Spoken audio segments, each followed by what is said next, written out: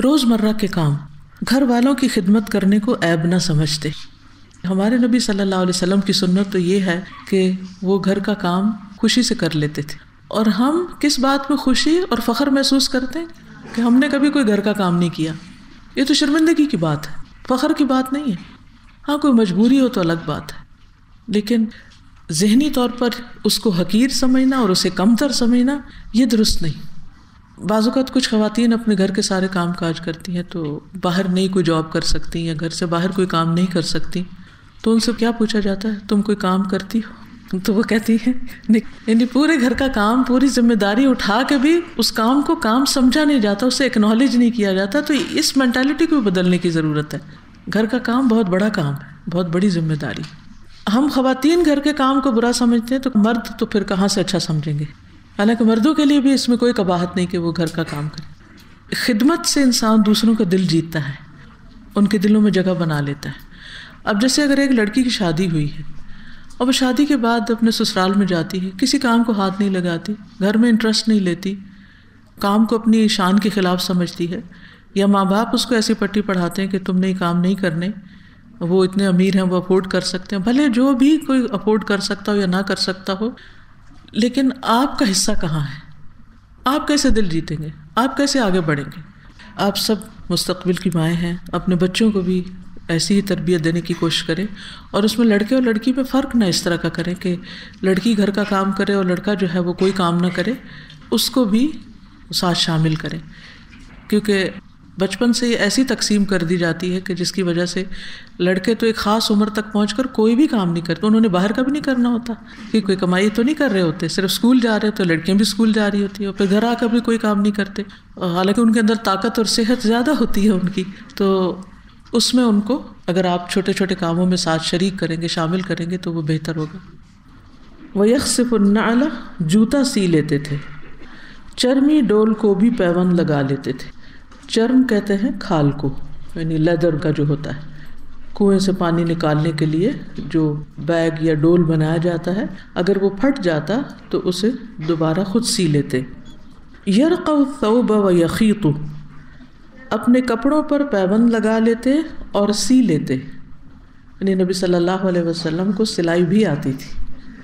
آج کل تو بہت سی خواتین بھی اس ہنر سے خالی ہیں، تو سنت سمجھ کر ہی سیکھ لیں کہ ایٹ لیسٹ جو اپنے کپڑوں میں سے کچھ ادھڑ جائے، کچھ پھٹ جائے، کچھ کٹ جائے، تو اسے بیکار کر کے نہ رکھ دیا جائے، بلکہ اسے سی لیا جائے، اس کو پیوند لگا لیا جائے، اس کے سوراخ پر کر دیے جائیں اور اسے دوبارہ استعمال کر لیا جائے.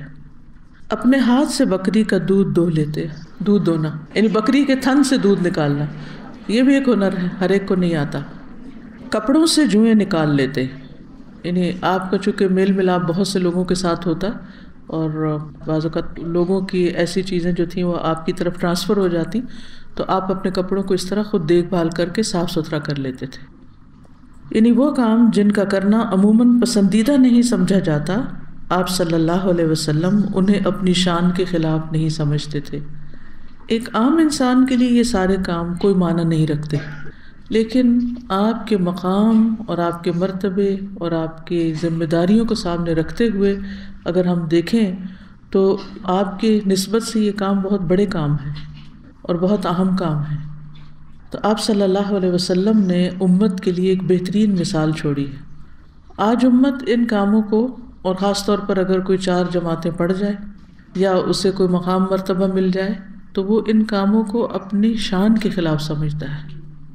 تو ان کو شان کے خلاف نہیں سمجھنا چاہیے. ہم سب دنیا میں کہیں بھی پہنچ جائیں، کسی بھی پہاڑ کی چوٹی پہ کھڑے ہو جائیں، لیکن ہم انسان ہی رہتے ہیں. تکبر اور غرور ہمیں زیب نہیں دیتا. عاجزی، انکساری اور بندگی ہی اللہ تعالیٰ کو پسند ہے، اور یہ بندگی کا اظہار ہے کہ انسان چھوٹی چھوٹی چیزوں کو خوشی سے کر لے. پھر ہے طہارت و نظافت. ذاتی صفائی اور ستھرائی کا خاص خیال رکھتے، خصوصاً منہ کی صفائی کا.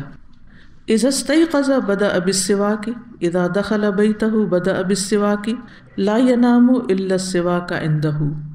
جب صبح سو کر اٹھتے تو سب سے پہلے مسواک کرتے، گھر داخل ہوتے تو پہلا کام مسواک کرنا ہوتا، سوتے وقت بھی مسواک آپ کے پاس ہوتا. تاکہ صبح ڈھونڈنا نہ پڑے، اندھیرے میں کہیں مسواک نہ ملے تو ساتھ ہی رکھ کے سوتے، اتنا اہتمام تھا۔ آپ میں سے کتنے لوگوں کو مسواک کرنا آتا ہے؟ آپ بہت بڑی خیر سے محروم ہیں اگر آپ کو مسواک کرنا نہیں آتا۔ جو صفائی مسواک کے ذریعے ہوتی ہے، دانتوں کی، مسوڑوں کی، زبان کی، حلق کی، وہ ٹوتھ برش کے ساتھ ہو ہی نہیں سکتی، ہوتی ہی نہیں اس طرح۔ اور مسواک کرنے سے پہلے مسواک تیار کرنا، کیونکہ تیار نہیں کرنا آتا تو پھر مسواک کرنا بھی نہیں آتا۔ کس طرح نرم کرنا ہے، کتنا بھگونا ہے، کس طرح چبانا ہے، اور کس طرح دانتوں کی صفائی کرنی ہے، کہ دائیں طرف سے شروع کرنا ہے، بائیں طرف کو جانا ہے، پھر زبان کیسے کرنی، پھر حلق تک اس کو کیسے پھیرنا ہے۔ اگر منہ صاف ہو تو انسان بہت سی بیماریوں سے بچ سکتا ہے، خاص طور پر یہ جو گلے کی بیماریاں ہر وقت عام ہوتی ہیں، اور انسان جب انہیل بھی کرتا ہے تو بہت سے جراثیم اندر چلے جاتے ہیں۔